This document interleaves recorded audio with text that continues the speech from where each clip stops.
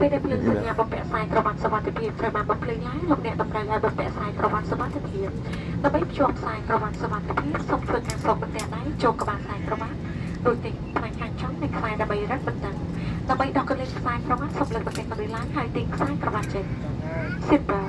Your seatbelt must be fastened whenever the passenger belt sign is illuminated. However, we recommend you remain fastened whenever seated. Your seatbelt must be fastened like this, tightened by pulling the strap to release the double head for the belt part.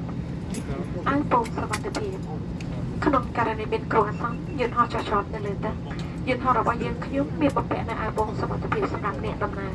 ហើយអាវពោងសុវត្ថិភាពនេះអាចរកបាននៅខាងក្រោមកៅអីរបស់លោកអ្នកនៅពេលដែលទទួលបានការណែនាំពីក្រុមពហុលិកាយើងខ្ញុំសូមយកអាវពោងសុវត្ថិភាពចេញហើយពាក់អាវពោងសុវត្ថិភាពដោយការបង្ហាញរួចភ្ជាប់កន្លឹងខ្សែដើម្បីបំផាអាវពោងនេះ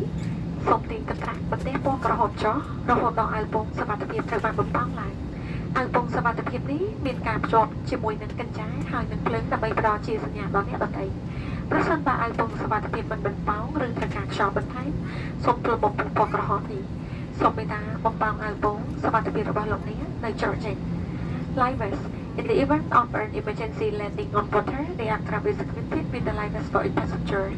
The live vest is located in the pouch under your seat. Only when instructed by the cabin crew, take the live vest and remove it from the bag. Put the live vest over your head and untie the strap. To inflate the live vest, put the red toggle sharply downward until the live vest is properly adjusted. There are whistle and a light on your vest for track attention. If the live vest does not inflate or need more air, blow through to the ramp to inflate the live vest while you are at the exit.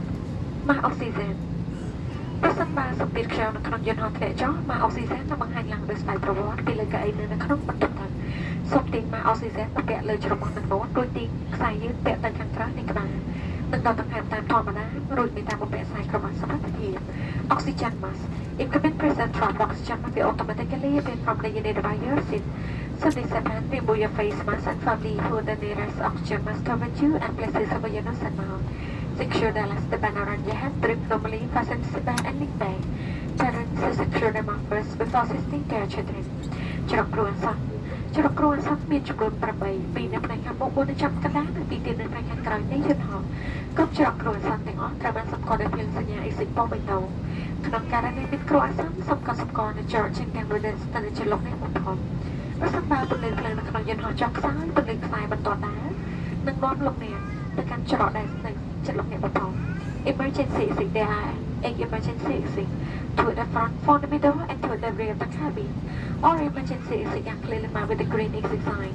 Please note the emergency exit nearest to you. If low visibility inside the cabin, two part line on the floor will guide you to the nearest exit. បាត់សុវត្ថិភាពនៅព័ត៌មានផ្សេងៗត្រូវបានបង្ហាញជូននៅក្នុងហោប៉ៅកៅអី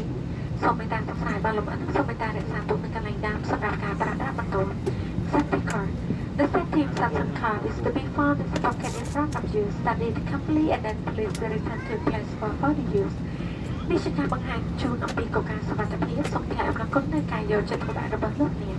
ជំនួសមកក្រុមហ៊ុនអាកាសចរស្កាយអង្គរយើងខ្ញុំសូមជូនពរដល់លោកអ្នកឲ្យមានសេចក្តីរីករាយនិងសុវត្ថិភាពជាមួយនឹងជើងអង្ហារសូមអរគុណ